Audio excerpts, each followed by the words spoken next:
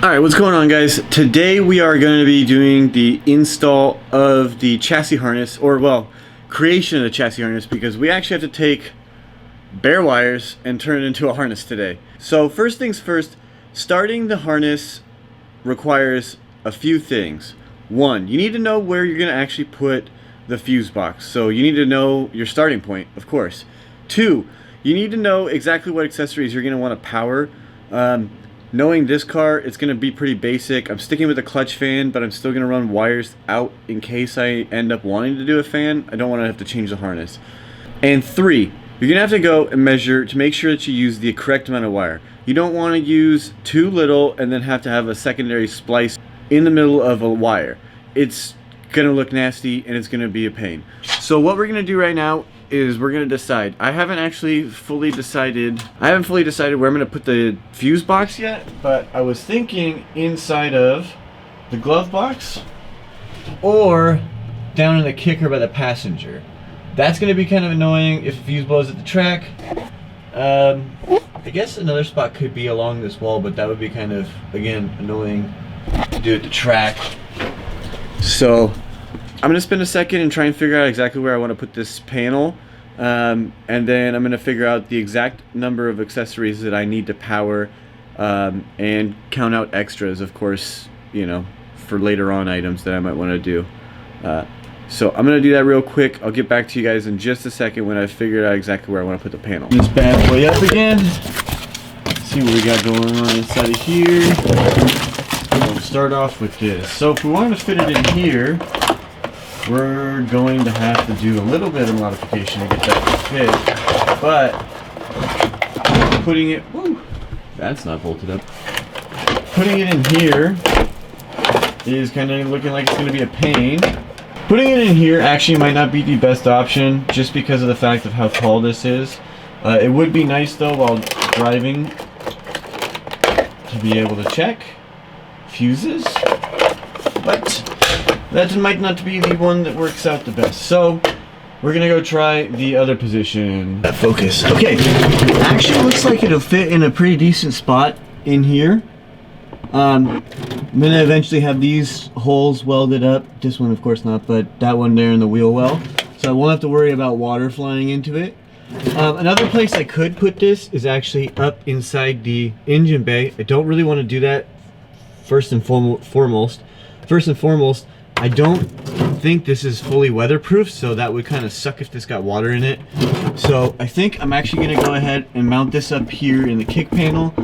So right now I'm actually not going to mount it up into position. I'm actually going to go ahead and start measuring the wire lengths so that I can see what it's going to take to go all the way around. Good thing is each one of those spools that I got in the last video is 100 feet of wire. So that's going to be more than enough wire to run around this car a few times. So I just quickly measured from where I'm going to place the fuse panel down here all the way to the furthest spot in the rear, which is going to be the driver's side tail light, and then up to the front from the fuse panel to the headlight and then to the transmission harness. So I only got to run a few wires to the transmission harness. Those are going to be the start signal wire. I'm going to need to run an exciter for the alternator and the oil pressure. I'm going to run additionally 2 wires up there in case I want to run a boost controller later on so that I can have a direct routed cable going to that. So for the front, you don't really need too much because, again, these things don't really have that much wiring going through them that's super necessary. So for the front, I need 2 wires for fans in case I do want to swap to E-fans later on. Probably won't, but I might. And then if I'm going to run headlights, I need to have 1 wire for headlights, 1 wire for high beams. And then for the rear, I need to run 1 for the fuel pump, 1 for the taillights, 1 for the brake light. I'm going to run 2 additional wires back to the lights. I'm going to run a fuel level sender wire so that I can actually have the stock fuel level gauge. Well, I'm not going to run the stock one, but whatever, it doesn't matter. I only need to run a few wires to the actual engine harness to get the motor started, and then I think there's only a few like water temp and a couple small sensors that I want to have. But other than that, that's pretty much the bare bones of what this harness is going to look like. So right now I'm going to start cutting up some wire so that I can get started running it through the car. The other thing is I need to figure out and drill a hole here where the bulkhead fitting is going to go, and I need to figure out exactly where I'm going to run the bulkhead here in the front. I'm not 100% sure yet, but time will tell. Shouldn't be too bad. So alright, so I just got back and I've got all the wire for the harness cut to length and kind of sectioned out together. Okay, so I have the wiring ran through the car now. So it's going all the way through. Oops. All the way through. Got it going through. All the way up to where it's going to go for the transmission. All the way up for the headlights. It's kind of bunched up and nasty right now, but all the way through. I haven't drilled the hole yet where it's actually going to go through the firewall. Already cut off the clips from the stock chassis harness that I need to use, or the plugs off the stock chassis harness that I need to use. So I have to go through now and figure out how I'm going to get heat shrink all around all of this, and then start heat shrinking the wires through here. There's a bit of work left to do. Again, this is kind of boring stuff, so I'm not going to time lapse this. So I actually started doing some of the connectors and I totally forgot to video it, but here is the headlights all complete. In here you can see that there's a just with those solder connectors, it's actually only just a little bit bigger than the standard wire. There's this one little hump where the wire was actually a little bit bent, but as you can tell, it ended up turning out pretty good and it looks pretty clean. Other one I just did. So this is how big they are. See, they're not that much larger than the actual wire it started out as. So it's really nice, and since they're super low profile. Now I have to slide up the heat shrink over this.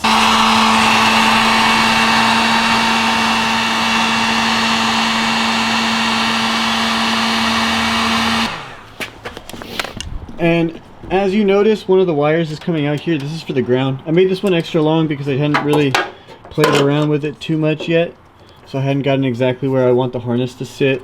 But it's going to tuck up in here. And then add all these unions.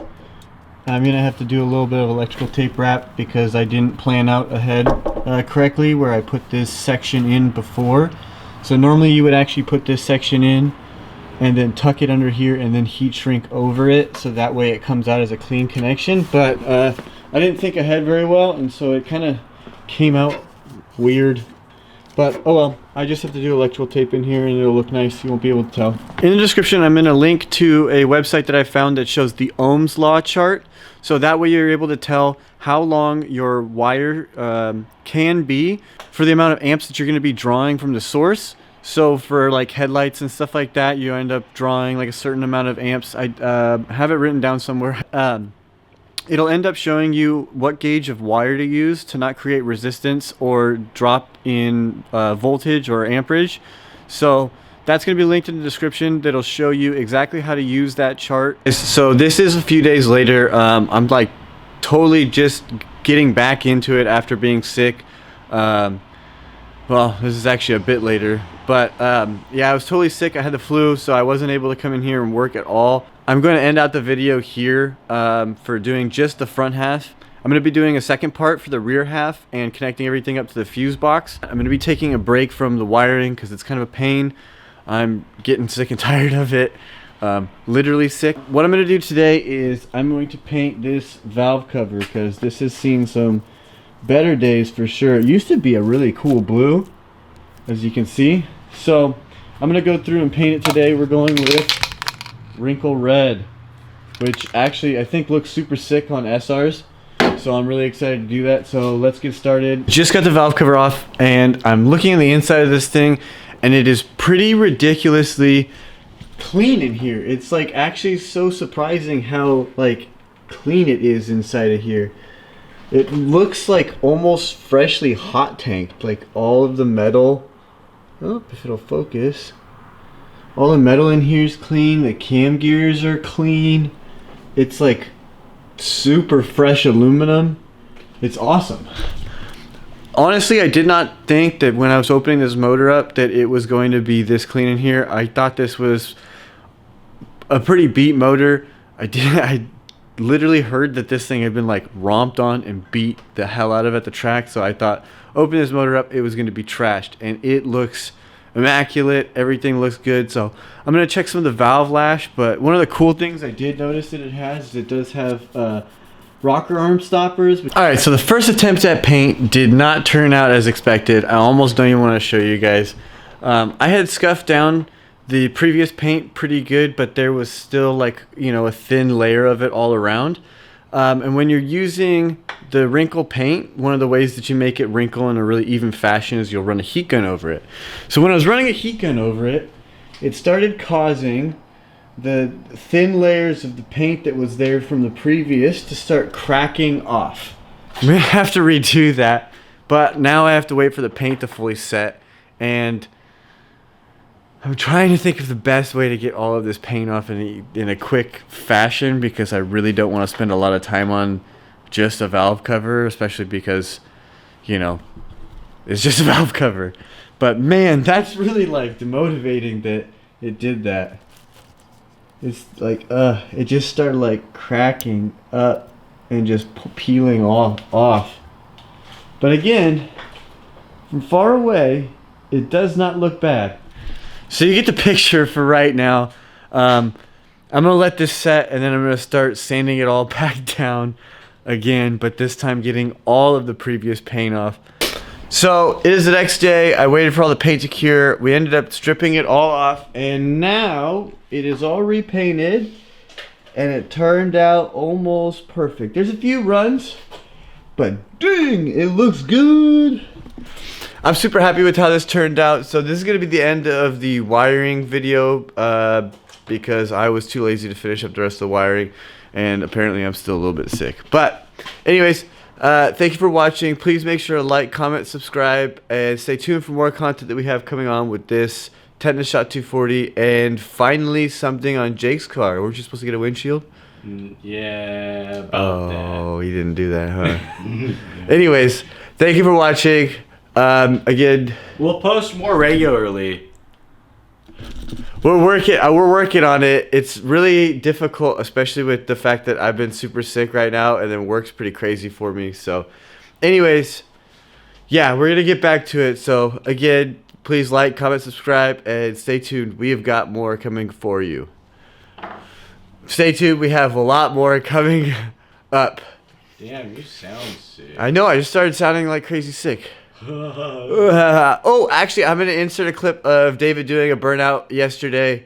Or was it yesterday? I don't know, whatever. Anyways, it was David doing a burnout. So I'm going to insert that clip now, and thank you for watching.